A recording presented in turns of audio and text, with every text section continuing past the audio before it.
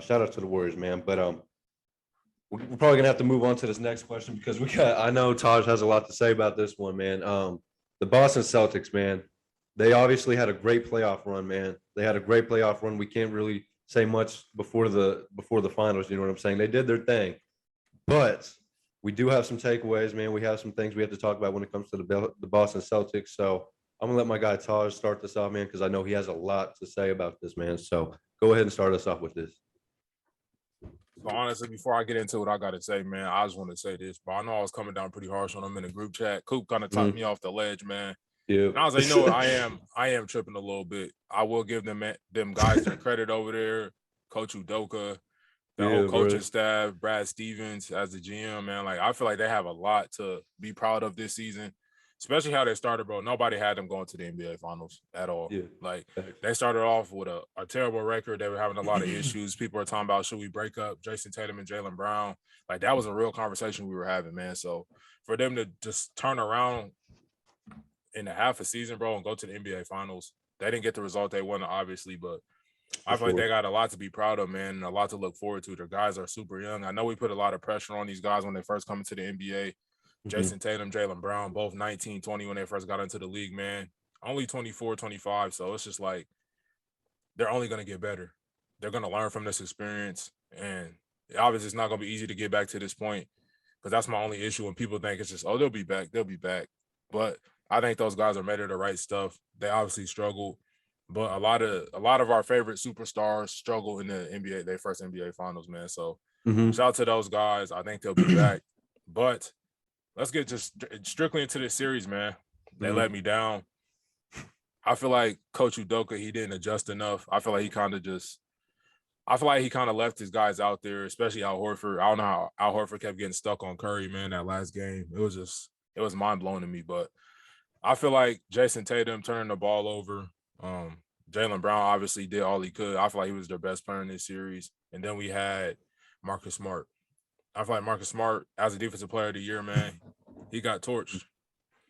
I got to call this out, man. I seen this on social media yesterday, man. Cool, bro. I got to call you out too, bro. You a big Rudy Gobert hater, man. But I feel like a lot of people had a lot of animosity for Rudy Gobert when he was getting cooked as a center out there on the wing trying to guard, small guards and stuff like that. But Marcus Smart, bro, you're the first defensive guard to win Defensive Player of the Year since Gary Payton in '96, and his son was out there playing better than you, bro. Let's just keep it a bean. So I feel like we gotta kind of call that out. Last thing I will say about this, I feel like the Celtics need a traditional point guard because when you got Jason Brown and call him Jason Brown, bro. It's what I'm talking about though. Yeah, Jaylen Brown and Jason Tatum, bro. When you got them guys bringing the ball up every time, I feel like it's more prone to being able to turn the rock over and stuff like that. So I feel like if they could get like maybe Alonzo Ball, I'm not saying that exact player, but a player that plays that type of style that's not offensive first, I feel like it could be a big difference maker because those two guys need to be set up and fed, bro. They're scorers at the end of the day. But still got a lot to look forward to, man. So shout out to the Celtics. I feel it. How you feeling as a Warriors fan, man? Let's get into it for Boston, man. First and foremost, on this team, they played fairly well throughout the stretch, man. From the beginning of the playoffs, coming where they come from, first-year head coach, I'll personally say they exceeded if they had higher expectations, but they exceeded all their expectations, I would assume, for the season. I guess the ultimate goal is to win the NBA Finals, but they got a lot to hang on to after this Finals. A lot. Let's first and foremost start off. The Finals is over, so they got some time to reflect and kind of look at where they failed. But we're at the end of the day, we're definitely the worthy champions. You know what I'm saying? We took it from Boston from everybody was expecting, oh yeah, Boston, everybody hating on Boston, Boston this, Boston that. Let me first say they're a phenomenal team. Let me give them that. For a first-year head coach to come out here and do that with the team defensively, they played pretty good defense all series. I'll give it to them. Yeah. There were stretches of the game where the defense on both ends of the floor, coming from the Warriors and the Celtics, it was pretty lackluster defense. However, they played relatively good defense throughout the stretch. But I feel like one of the biggest takeaways for these cats is turning the ball over. The rate at which they turn the ball over. If you were to play an 11 seed Lakers team, you're going to lose. It's pretty hard to win that game if you're turning the ball away. Now you come to the NBA Finals and play the best team in the Western Conference Finals out the Western Conference. To play the best team out of there and turn the ball over at that rate is pretty impossible to win a game like that. So you're going to give us a lot of points in transition. And our game is we click off. Once you turn the ball over, we can get out on the break, and we're gonna put a couple points on the board every time you turn the ball over in that manner. And I also want to say this for them, for the young guys, that this is their first year this is the longest season they've ever played in the NBA. Let's start that off there. This is the longest season they ever played. And I will say this, they look pretty like everybody was pretty beaten up by the end of that finals, but they look winded. You know what I'm saying? It's the longest season they ever played. For everybody that's getting on Jason Tatum, he just wasn't hooping. I feel like one of his biggest issues, he wasn't finishing out the rim as well. He didn't shoot very well from the field. He averaged like 21 points a game. He didn't hit many where. I feel like that was a big problem for Boston. In Game 5 especially, they didn't shoot very well from the free throw line. They got a lot more free throws than we had, and that's not saying anything about the game, but they didn't shoot very well from the free throw line. So, and also I want to add this point too. I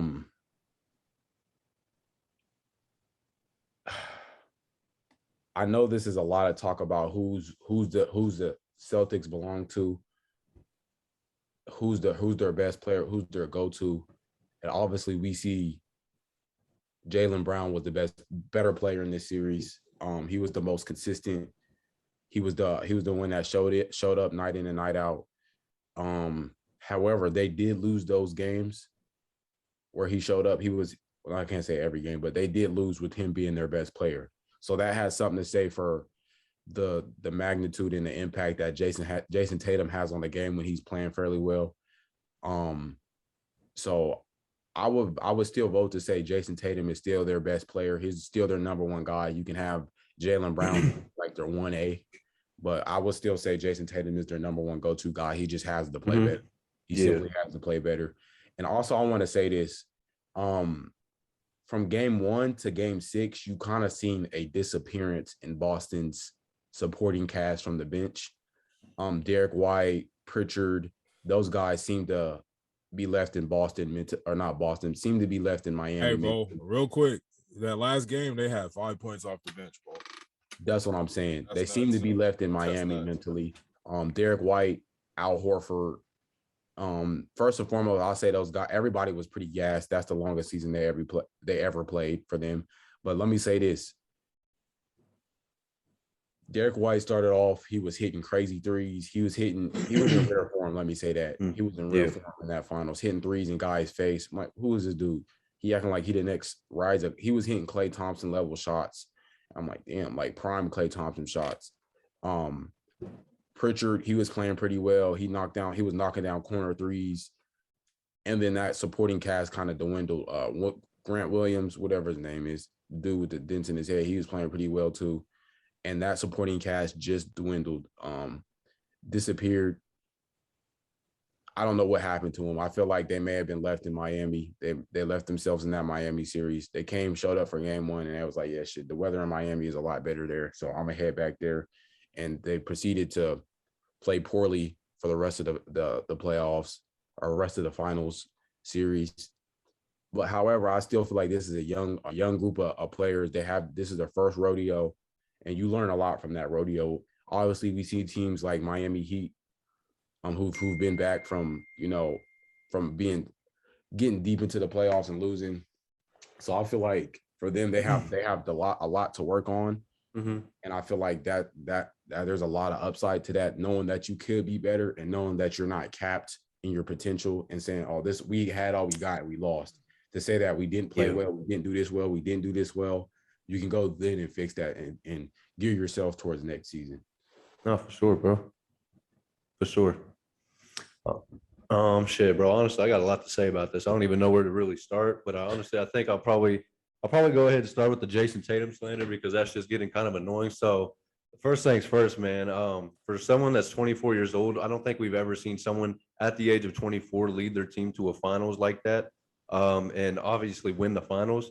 If you look at the numbers, between Jason Tatum and LeBron James, between their first, career in the finals, bro, their first finals appearance, bro, it's the damn near the same exact numbers, same averages, same percentages, same shit. So I don't understand why a lot of people are quick to hop on Jason Tatum's head. You know what I'm saying? It's kind of like people forgot what he did in the previous 3 series. You know what I'm saying? And then just kind of just went off base what he did this finals. And honestly, that's kind of another thing that I want to talk about is recency bias, because it's so crazy how fast that shit can switch. People were just talking about how Jason Tatum was that guy in the first round. You know what I'm saying? They were just talking about, oh, he just swept Kevin Durant and Kyrie in the first round, blah blah blah. He might be the best player in the playoffs right now, and that was a fair argument. So it's just crazy to me that people can switch their mind that fast. You know what I'm saying? It's just crazy to me. And yeah, and as for the rest of the Celtics, bro, honestly, I'm not too sure what happened to the supporting cast. One thing we do know is that role players do play better at home. You know what I'm saying? They never really play that great away, even though they did at that game one. You know what I'm saying? That's where they showed their ass. I'm not even gonna lie. The Boston Celtics definitely showed up that game one, and then it just kind of looked lackluster the rest of that series for them. You know what I'm saying? But as for Jason Tatum, I think he still has a lot to hold his head high for, just because, I mean, he's 24, Jaylen Brown's 25. They just led their team to the finals when no one expected them to, like Trey said, no one expected them to make the finals. Matter of fact, a couple months ago when we were talking about our pretender and contender series, we were talking about it, and both of you guys didn't even have the Celtics getting out of the first round. So what is that? You know what I'm saying? That's a lot to say about the Boston Celtics, bro. A lot of people didn't have them getting even past Kevin Durant and Kyrie. So the fact that they made it to the finals and took the Warriors to game six, that's another thing. People are acting like they got swept. They went to a game 6 against the best team in the league. So I don't understand why everyone's just, quick to hop on the Celtics head.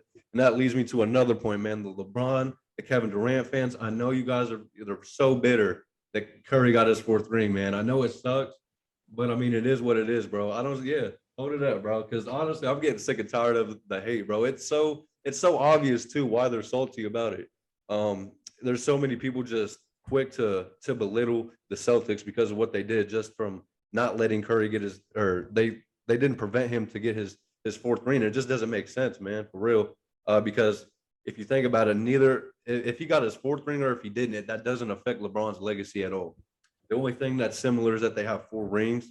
So I just don't understand why LeBron fans are so quick to hop on Boston Celtics heads about that shit. But actually, bro, can we speak on that though? Can we speak on that? Yeah, go ahead. What do you have to say about it, bro? I feel like I was just thinking about this the other day, bro, and I was like, damn, KD really, like, this shit really do kind of hurt KD, bro, as far as the court of public opinion, bro.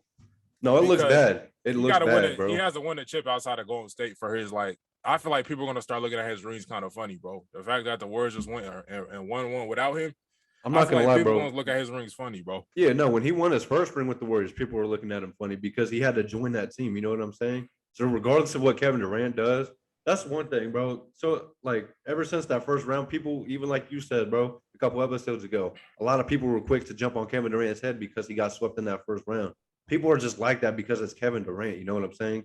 He won with the Warriors, and if he doesn't win without the Warriors, people are going to be talking about that the rest of his life. They're going to, you know what I'm saying? That's gonna keep a lot of people from having him higher in the all-time list. And it's just like, honestly, it really doesn't matter. Regardless if you're a LeBron fan, a Curry fan, that Curry's 4th ring doesn't really affect that. I know it looks bad to the media. People are always going to have something to say about it, but we know who these players are at the end of the day. You know what I'm saying? We know what they're capable of. But that's what I'm saying.